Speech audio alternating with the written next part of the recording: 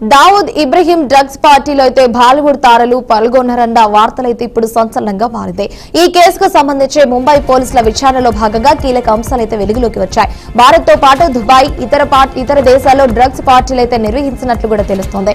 ఈ పార్టీలకు బాలీవుడ్ తారలు నోరా ఫతేహి, శ్రద్ధ కపూర్ సహా ఆమె సోదరుడు సిద్ధార్థ్ కపూర్ హాజరైనట్లు కూడా సమాచారం.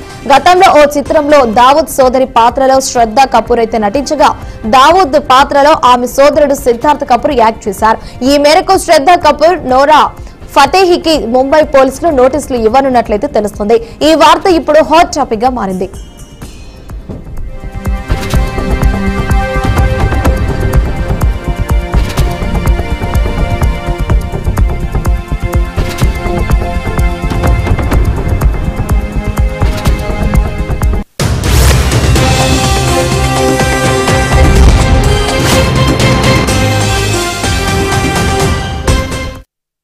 రైట్ బులెటిన్ లో బ్రేకింగ్ న్యూస్ చూస్తున్నాం. దావూద్ ఇబ్రహీం డ్రగ్ పార్టీలో అయితే బాలీవుడ్ తారలు పాల్గొన్నారన్న వార్తలు ఇప్పుడు సంచలనంగా మారింది. ఈ కేసుకు సంబంధించి ముంబై పోలీసుల విచారణలో భాగంగా కీలక అంశాలు కూడా వెలుగులోకి వచ్చాయి. భారత్ తో పాటు దుబాయ్ ఇతర దేశాల్లో డ్రగ్స్ పార్టీలు కూడా నిర్వహించినట్లు కూడా తెలుస్తోంది. ఇదే అంశంపై మరిన్ని అప్డేట్స్ మా crime bureau chief Inna Reddy phone ద్వారా అందజేస్తారు. ఇన్నారెడ్డి చెప్పండి. హిమవర్ష, దావూద్ ఇబ్రహీం డ్రగ్ పార్టీల్లో బాలీవుడ్ తారలు కూడా ఉన్నారని చెప్తాం. దాని మీద ఇప్పటికే ముంబై పోలీసులు కొంత కీలకమైన సమాచారం సేకరించారు.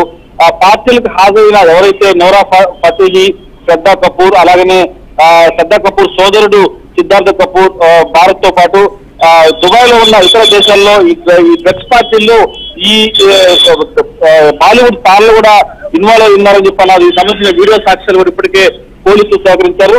ఈ దావూద్ ఇబ్రహీం సంబంధించిన ప్రతి డ్రగ్ పార్టీ కూడా వీళ్ళందరూ ఇన్వాల్వ్ అయి ఉన్నారని చెప్తున్న నేపథ్యంలోనే ప్రస్తుతం శ్రద్ధా కపూర్, నోరా ఫతేహికి నోటీసులు కూడా ఉన్నట్టు తెలుస్తా ఉంది. మొత్తం మీద ఓ చిత్రం విషయంలో దావూద్ చౌదరి పాత్రలో నటించిన శ్రద్ధా కపూర్ వీళ్ళకి సంబంధించిన పార్టీలు ఏర్పాటు చేసుకున్నప్పుడు దీంట్లో దావూద్ ఇబ్రహీం సంబంధించి ఏర్పాటు చేసిన డ్రగ్స్ పార్టీ వీళ్ళందరూ పాల్గొన్నట్టు కూడా వీడియో సమాచారం కాకుండా కొంత పక్క వీడియోస్ రావడంతో ప్రస్తుతం కేసు నమోదు చేసుకుని దర్యాప్తు చేసినట్టుగా మనకు సమాచారం ఉంది. Himavarsha. Right Reddy, thanks for the update.